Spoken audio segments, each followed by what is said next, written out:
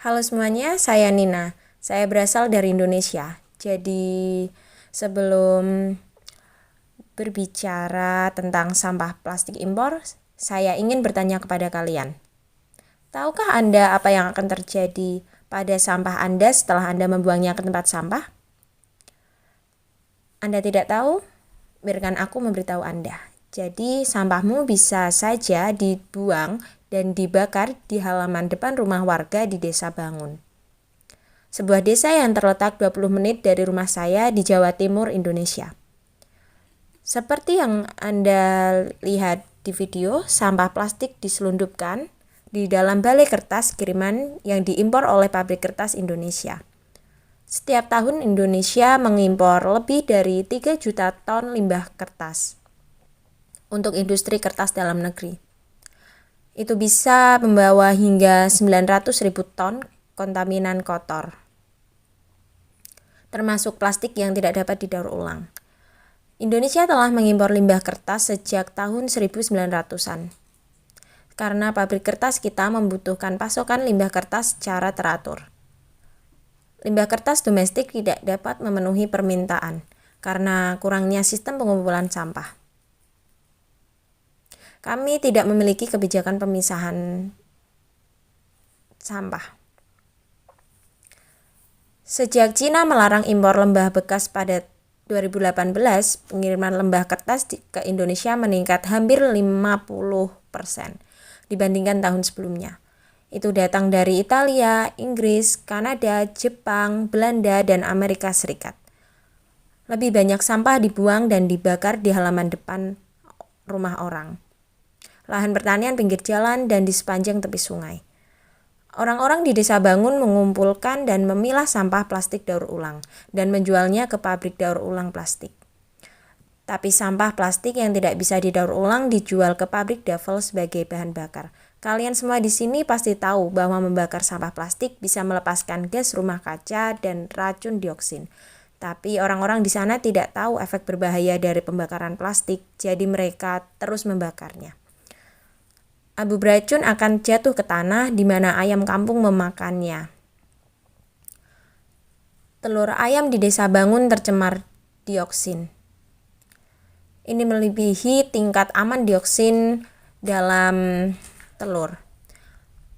Daur ulang plastik dimulai dengan memotong sampah plastik menjadi potongan-potongan kecil, kemudian dicuci dengan air sungai atau air coklat, dan kemudian air limbah yang tidak diolah dibuang langsung ke sungai.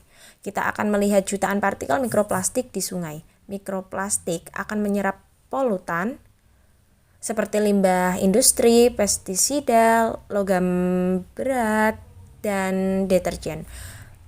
Ikan di sungai memakan plankton yang berukuran sama dengan mikroplastik.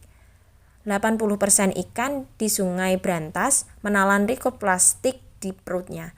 Jika kita makan ikan yang terkontaminasi mikroplastik dalam jangka panjang, kita bisa mendapatkan cacat kesehatan yang serius. Kita bisa mendapatkan dampak kesehatan yang serius seperti gangguan hormon, kanker, dan bahkan cacat lahir.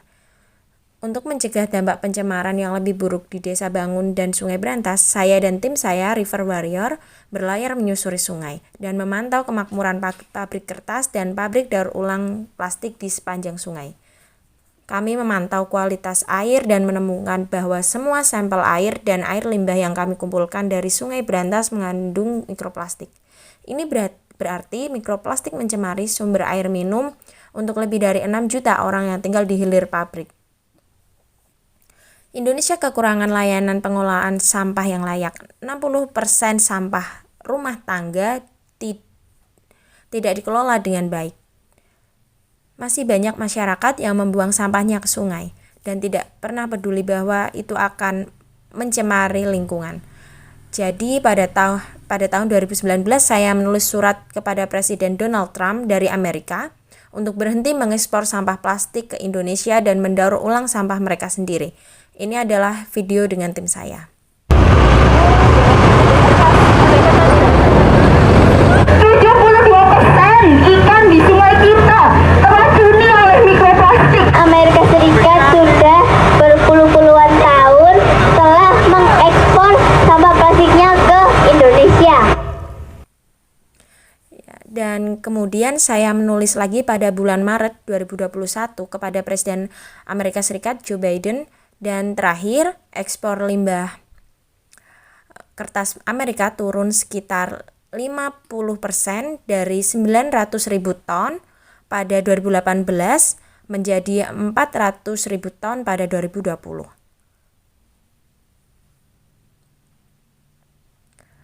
Belanda dan negara maju lainnya memiliki fasilitas yang lebih baik untuk mendaur ulang sampah plastik.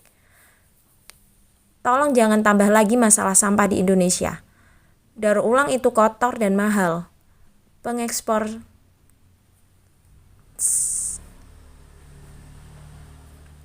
sampah ke negara kita harus bertanggung jawab untuk membersihkan tempat pembuangan tumpukan sampah asing di desa dan tepi sungai. Karena sampah plastik Anda tidak didaur ulang dengan cara yang aman di sini. Sampah plastikmu mencemari lingkungan di negaraku. Saya khawatir tentang lingkungan saya di masa depan. Berapa banyak yang akan lebih buruk? Saat ini lingkungan kita sudah sangat tercemar oleh plastik dan mikroplastik sudah mencemari tubuh kita. Mikroplastik ada di dalam tubuh kita. Jika Anda terus mengekspor sampah plastik Anda ke Indonesia, maka Anda mencemari lingkungan saya. Saya dan banyak anak di Indonesia tidak akan hidup dan tumbuh di lingkungan yang aman dan sehat. Banyak anak akan sakit karena pembuangan dan pembakaran polusi plastik. Sebagai anak-anak, kita memiliki hak untuk hidup di lingkungan yang aman, bersih, dan sehat. Jadi generasi sekarang tidak boleh mencuri hak-hak dasar kita dan membahayakan kehidupan generasi berikutnya. Negara maju harus melarang ekspor sampah plastik ke Indonesia karena kita tidak punya kapasitas untuk menangani masalah sampah kita sendiri. Jadi tolong jangan menambah beban kami. Indonesia bukan tempat pembuangan sampah global, jadi tolong hentikan ekspor sampah plastik ke Indonesia. Dan tolong bantu saya untuk mewujudkan impian saya, hidup di lingkungan yang aman, bersih, dan sehat, bebas dari polusi plastik. Terima kasih atas perhatian Anda.